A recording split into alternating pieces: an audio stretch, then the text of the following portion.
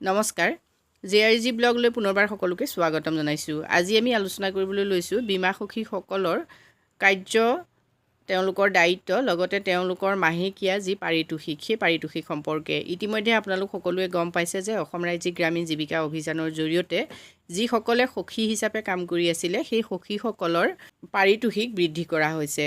আৰু এই পাৰিতোষিকৰ বৃদ্ধিৰ পৰিমাণ প্ৰায় ৭,৫০০ টকালৈকে কৰা হৈছে। গতিকে কাৰ কাৰ পাৰিতোষিক বৃদ্ধি কৰা হৈছে আৰু কেনেকৈ কৰা হৈছে, মানে নতুন গাইডলাইনছ মতে তেওঁলোকে কেনেকৈ ক্লেইম কৰিব পাৰিতোষিকৰ বাবে, সেই সম্পৰ্কে ইতিমধ্যে মই কেইবাটাও ভিডিঅ' প্ৰস্তুত কৰিছোঁ। ইতিমধ্যে কৃষি সখী, পশু সখীসকলৰ নতুন গাইডলাইনছখিনি আলোচনা কৰিছোঁ। যদি আপোনালোকে চোৱা নাই, মোৰ চেনেলৰ প্লে'লিষ্টত গৈ সেইখিনি চাব পাৰিব।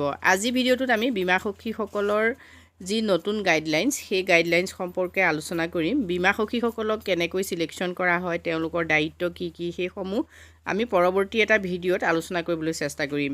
আজি ভিডিঅ'টোত আমি অকল বীমা সখীসকলে মাহেকীয়া পাৰিতোষিক লাভ কৰিবৰ বাবে তেওঁলোকৰ যিখন অনাৰিয়াম চাৰ্ট হয়, সেই চাৰ্টখন তেওঁলোকে কেনেকৈ ফিল আপ কৰিব, বা তেওঁলোকে যিটো কাম কৰিব প্ৰতিটো কাৰ্যৰ বাবে তেওঁলোকক কিমান পইচা দিয়া হৈছে, সেই সম্পৰ্কে আলোচনা কৰিম। যিহেতু এইবাৰ বীমা সখীসকলৰ বাবে যথেষ্ট ভাল খবৰ যে আগতে তেওঁলোকে এনেকুৱা কিছুমান কাম কৰিব লাগে, কিন্তু যিবিলাক কামৰ বাবে তেওঁলোকৰ পাৰিতোষিক কোনো ধাৰ্যই কৰা হোৱা নাছিলে, মানে কিছুমান কামৰ বাবে তেওঁলোকে ক্লেইমেই কৰিব নোৱাৰে পইচা, কিন্তু এইবাৰ তেনেকুৱা বহুতো কামৰ বাবে তেওঁলোকে পইচা ক্লেইম কৰিব পাৰিব। আৰু তেওঁলোকৰ এই ক্লেইমৰ পৰিমাণটো যথেষ্ট বৃদ্ধি কৰা হৈছে। আগতে যিহেতু মাত্ৰ ৩,০০০ টকা তেওঁলোকে ক্লেইম কৰিব পাৰে মাহিলী, এতিয়া তেওঁলোকে ৭,৫০০ টকাৰ ভিতৰত ক্লেইম কৰিব পাৰিব। এতিয়া এইখন হ'ল নতুন গাইডলাইনছ। এই গাইডলাইনছখন আপোনালোকে ভালকৈ চাওক। অনাৰিয়াম চাৰ্ট অফ বীমা সখী পাৰ্টিকুলাৰ্ছ, মানে তেওঁলোকে কি কি নিৰ্দিষ্ট বিষয় তেওঁলোকে কৰিব লাগিব, কি কি কাম কৰিব লাগিব, এক্টিভিটিছখিনি। প্ৰথমটো চাওক, member enrolment in PMSBY or any other accidental insurance per enrolment new ৰেটত তেওঁলোকে 10 টকা ক্লেইম কৰিব পাৰিব। আগতে আছিলে মাত্ৰ 5 টকা। PMSBY মানে প্ৰধানমন্ত্ৰী সুৰক্ষা বীমা যোজনা। এই যোজনাৰ অধীনত তেওঁলোকে যদি কাৰোবাৰ নামত এনৰলমেণ্ট কৰায়, মানে নামভৰ্তি কৰায়, তেতিয়াহ'লে তেওঁলোকে প্ৰতিজন ব্যক্তিৰ বাবে নতুন ৰেটত 10 টকাকৈ ক্লেইম কৰিব পাৰিব। আগতে এইটো মাত্ৰ 5 টকা আছিলে। প্ৰধানমন্ত্ৰী সুৰক্ষা বীমা যোজনা এইটো এটা এক্সিডেণ্টেল ইঞ্চুৰেঞ্চ হয়। ইয়াৰ পৰিমাণটো বহুত কম হয়, বহুত কমকৈ পইচা থ'ব লাগে, হয় বেনিফিটটো কিন্তু যথেষ্ট ভাল হয়। নেক্সট আহিলে member enrolment in PMJJBY or any other life insurance per enrolment 20 rupees, যিটো আগতে আছিলে 10 ৰুপিজ। এতিয়া চাওক, যদি আপোনালোকে প্ৰধানমন্ত্ৰী জীৱন জ্যোতি বীমা যোজনা যিখন আছে, যিখন লাইফ ইঞ্চুৰেঞ্চ হয়, মানে জীৱন বীমা যোজনা, এই যোজনাখনৰ অধীনত যদি আপোনালোকে কাৰোবাৰ নাম ভৰ্তি কৰিব পাৰে, বীমা কৰায়, তেতিয়াহ'লে আপোনালোকে 20 টকা ক্লেইম কৰিব পাৰিব। পাৰ এনৰলমেণ্টৰ কাৰণে 20 ৰুপিজ, আগতে এইটো পৰিমাণ আছিল অনলি 10 ৰুপিজ। এতিয়া আপোনালোকে যদি এটা মাহত 100 গৰাকীৰ কৰায়, তেতিয়াহ'লে আপোনালোকে এইটো কলমতে 2,000 টকা আৰ্ণ কৰিব পাৰে। নেক্সট আহিলে member enrolment in APY or any other pension schemes. এতিয়া নেক্সট এটা হ'ল পেঞ্চন স্কিম, যিটো পেঞ্চন স্কিম APY মানে অটল পেঞ্চন যোজনা। অটল পেঞ্চন যোজনাৰ আণ্ডাৰত যদি আপোনালোকে পেঞ্চন স্কিম কৰায়, তেতিয়াহ'লে পাৰ এনৰলমেণ্টৰ বাবে আপোনালোকে 30 টকাকৈ ক্লেইম কৰিব পাৰিব। আগতে যিটো আছিলে only 10 rupees. Renewal of PMJJBY or PMSBY। এতিয়া প্ৰধানমন্ত্ৰী জীৱন জ্যোতি বীমা যোজনা বা প্ৰধানমন্ত্ৰী সুৰক্ষা বীমা যোজনা, এই দুয়োখনৰ যদি ৰিনুৱেল কৰায়, পাৰ ৰিনুৱেল আপোনালোকে 2 ৰুপিজকৈ ক্লেইম কৰিব পাৰিব, যিটোৰ বাবে কোনো পইচা দিয়া হোৱা নাছিলে। নেক্সট আহিলে member enrolment in any health insurance except Ayushman. আয়ুষ্মানৰ বাদে যদি আপোনালোকে অন্য যিকোনো স্বাস্থ্য বীমা আঁচনি কৰায়, তেতিয়াহ'লে পাৰ মেম্বাৰ আপোনালোকে 20 ৰুপিজকৈ ক্লেইম কৰিব পাৰিব, যিটোৰ বাবে আগতে কোনো ধৰণৰ পইচা ধাৰ্য কৰা হোৱা নাছিল।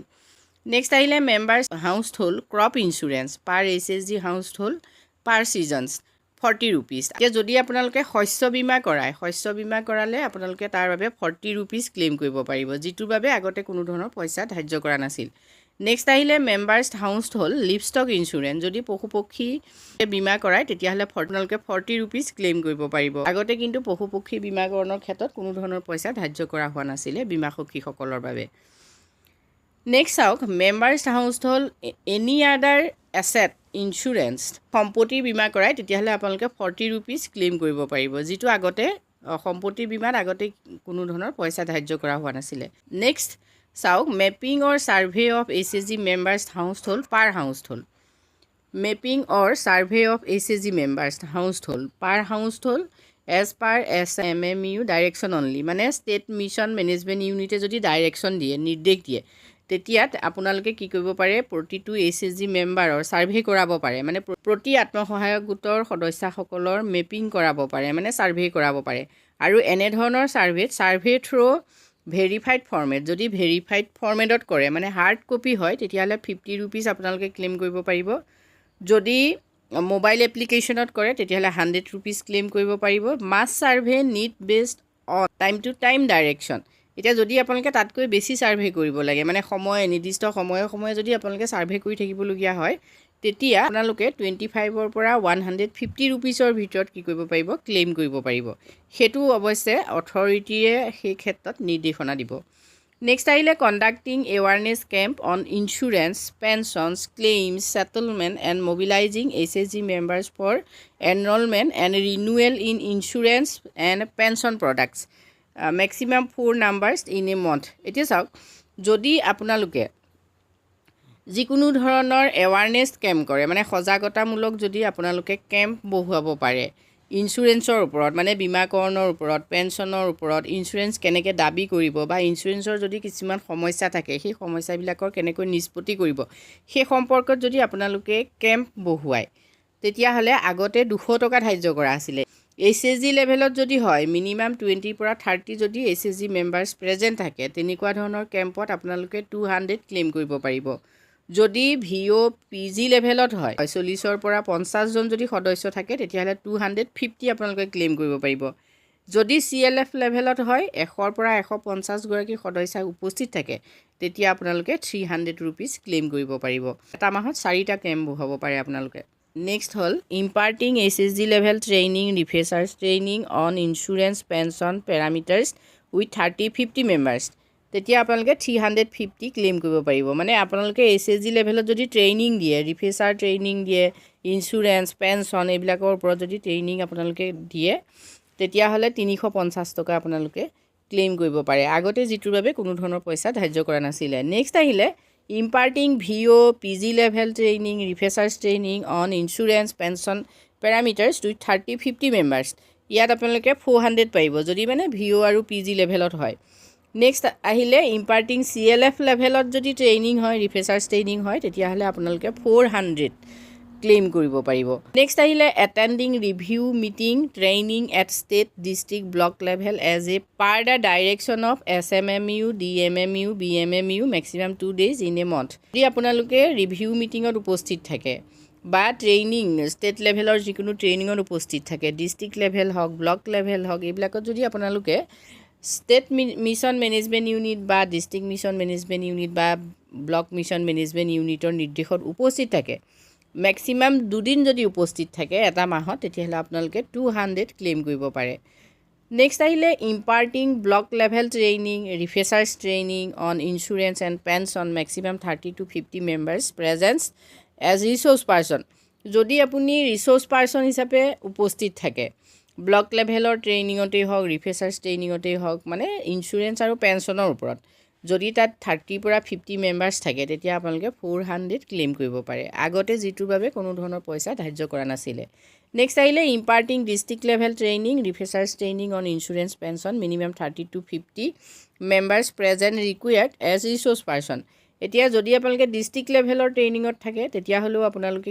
বা ৰিফ্ৰেছাৰ ট্ৰেইনিঙত থাকে তেতিয়াহ'লেও এজ এ ৰিচ'ৰ্চ পাৰ্চন তেতিয়াহ'লে আপোনালোকে 500 ক্লেইম কৰিব পাৰিব নেক্সট আহিলে release of insurance support fund as per guidelines এতিয়া গাইডলাইনছ মতে যদি আপোনালোকে ইঞ্চুৰেঞ্চ ছাপৰ্ট ফাণ্ড যিটো ISF বুলি কোৱা হয় সেইটো যদি ৰিলিজ কৰি দিব পাৰে পাৰ SHG হাউচহোল্ড মানে ঘৰে প্ৰতি তেতিয়া আপোনালোকে 50 ৰুপিজ ক্লেইম কৰিব পাৰিব আগতে 20 ৰুপিজ আছিলে নেক্সট আহিলে mass mobilising SHG members for attending special meeting camps সমাৰোহ attending review meetings as state as per the direction of competent authority camp বা সমাৰোহ বা যিকোনো ধৰণৰ ৰিভিউ মিটিং এইবিলাকত যদি SHG মেম্বাৰবিলাকক আপোনালোকে এটেণ্ড কৰাব পাৰে তেতিয়াহ'লে 400 আপোনালোকে ক্লেইম কৰিব পাৰিব। নেক্সট আহিলে মান্থলি কমিউনিকেশ্যন চাৰ্জৰ বাবে প্ৰতিগৰাকী বীমা সখীয়ে 300 টকা ক্লেইম কৰিব পাৰিব প্ৰতি মাহত। এইটো কথা মন কৰিব, আগতে যিটো দিয়া নাছিলে। নেক্সট আহিলে claim raise within 30 days of under any insurance per claim raise first line relative to be included. এতিয়া চাওক, claim raise within 30 days of under any insurance, যিকোনো ইঞ্চুৰেঞ্চ মানে যিকোনো বীমাকৰণৰ ক্ষেত্ৰত যদি আপোনালোকে 30 দিনৰ ভিতৰত দাবী উত্থাপন কৰিব পাৰে তেতিয়াহ'লে 400 টকা। যদি 30 দিনৰ পাছত যদি আপোনালোকে দাবী উত্থাপন কৰে তেতিয়াহ'লে 300 টকা। ক্লেইম ছেটল উইদিন 45 days, যদি 45 দিনৰ ভিতৰত দাবী নিষ্পত্তি হয় তেতিয়াহ'লে 400 টকা। আৰু ক্লেইম ছেটল আফটাৰ 45 days পাৰ ক্লেইম, প্ৰতিটো ক্লেইম যদি আপোনালোকে 45 দিনৰ পাছত ছেটল কৰে তেতিয়াহ'লে 300 টকা আপোনালোকে ক্লেইম কৰিব পাৰিব, যিটো আগতে বহুত কম আছিলে। যিহেতু ইয়াৰ আগতে যেতিয়া আপোনালোকে 30 দিনৰ ভিতৰত দাবী যেতিয়া উত্থাপন কৰা হয় তেতিয়া 200 টকা, 30 দিনৰ ভিতৰত যদি ইঞ্চুৰেঞ্চ ক্লেইম কৰা হয় 200 টকা আছিলে, আৰু দাবী নিষ্পত্তিৰ ক্ষেত্ৰতো 200 টকা আছিলে। এতিয়া কিন্তু যথেষ্টখিনি পইচা ইয়াত বৃদ্ধি কৰা হৈছে। এই গাইডলাইনছ মতে আপোনালোকে আপোনালোকৰ মাহেকীয়া পাৰিতোষিক লাভ কৰিব। বীমা সখীসকলৰ বাবে কিন্তু যথেষ্টখিনি স্ক'প আছে, মানে তেখেতসকলে কামখিনি যদি কৰে যথেষ্টখিনি তেখেতসকলে লাভ আহৰণ কৰিব পাৰিব। এই পৰিকল্পিতভাৱে বীমা সখীসকলে এই গাইডলাইনছ অনুসৰি কামবিলাক কৰে তেতিয়াহ'লে 7,500 টকাৰ ক্লেইম কৰিবলৈ তেওঁলোকৰ কোনো অসুবিধা নহ'ব। আৰু কেতিয়াবা আচলতে 7,500 টকাতকৈও তেখেতসকলে বেছি কাম কৰিব পাৰিব, যিহেতু ইয়াত বীমা কৰোৱাটো যথেষ্ট গুৰুত্বপূৰ্ণ হয়। আৰু মানুহবিলাকক ভালকৈ বুজাই যদি বীমাকৰণৰ ক্ষেত্ৰত বা পেঞ্চনৰ ক্ষেত্ৰত সজাগ কৰি তুলিব পাৰে তেতিয়াহ'লে বীমা সখীসকলৰ বাবে কামটো আৰু উজু হ'ব। যি কি নহওক, নতুন গাইডলাইনছ মতে বীমা সখীসকলে যদি কাম কৰে তেওঁলোকে 7,500 টকাকৈ মাহে পাৰিতোষিক লাভ কৰিবলৈ সক্ষম হ'ব, যিটো পাৰিতোষিকে তেওঁলোকক আগতকৈ নিশ্চয় অধিক সন্তুষ্টি প্ৰদান কৰিব। আজিলৈ ইমানেই, ধন্যবাদ।